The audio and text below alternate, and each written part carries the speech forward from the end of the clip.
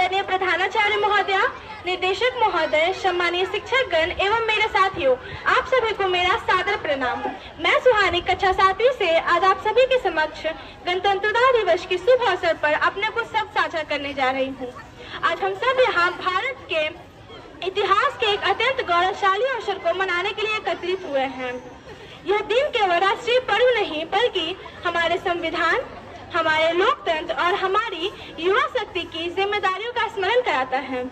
26 जनवरी 1950 को भारत ने अपना संविधान अपनाया और स्वयं को एक संप्रभु, लोकतांत्रिक, समाजवादी, धर्मनिरपेक्ष गणराज्य घोषित किया। गणतंत्र का अर्थ जनता का शासन, जहां जनता अपनी बातों को एक दूसरे के समक्ष रख सके, अपनी समस्याओं का हल पा सके। आज हमारा भारत अगर स्वतंत्र है तो इसके पीछे असंख्य बलिदान, संघर्ष और त्याग की गाथाएं छिपी हैं। हमारे संविधान ने हमें अधिकार दिए, लेकिन साथ ही हमें कर्तव्य भी सिखाए।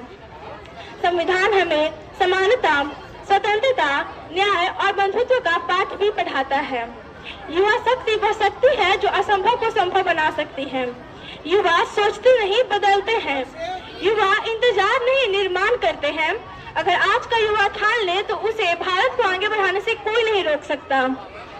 हमारे भारत के संविधान के निर्माता डॉक्टर बाबा साहब भीमराव अंबेडकर हैं। जब जब बात हमारे अधिकारों की आई है तब तक संविधान ने हमारी रक्षा की है। फिर वो आईपीएस की धारा 377 से जूझ रहे पढ़-लिख समाज के लोग हो, या श्रीकांत पोला जैसे दिव्यांगजनों के लिए शिक्षा हो, या फिर महिलाओं के लिए दहेज प्रथा का बोझ हो, संविधान ने हमेशा रक्षा कर एक सूत्र में बांधने का काम किया है। अमान्यवर, भारत के संविधान की लोकतांत्रिक यात्रा बहुत ही लंबी रही है। जब भारत आजाद हुआ तो उसके साथ कई सहस्त्र राष्ट्र आजाद हुए, परंतु आज वहाँ पर देखा जाए तो पता चलेगा कि वहाँ पर कहीं अराजकता है, कट्टरता है, सांप्रदायिकता है, भुखमरी है या फिर गरीबी है। परंतु भारत एकमात्र ऐसा देश है जो आज उन्नति के शिखर पर बैठा है, क्योंकि उन्होंने धर्म को संविधान माना था और हमने संविधान को ही अपना पहला धर्म माना था। लंदन में मुस्कुराते हुए कवि चर्चिल ने कहा था कि अगर भारत देश आजाद हो भी जाएगा तो ये बहुत दिन तक टिकेगा नहीं, ये टूट कर बिखर जाएगा। पर अब मुझे लगता है कवि चर्चिल की आत्मा सोच रही होगी, देखकर तो कह रही होगी कि क्या से क्या हो गया भारत में, क्या वह भारत था और अब क्या हो गया।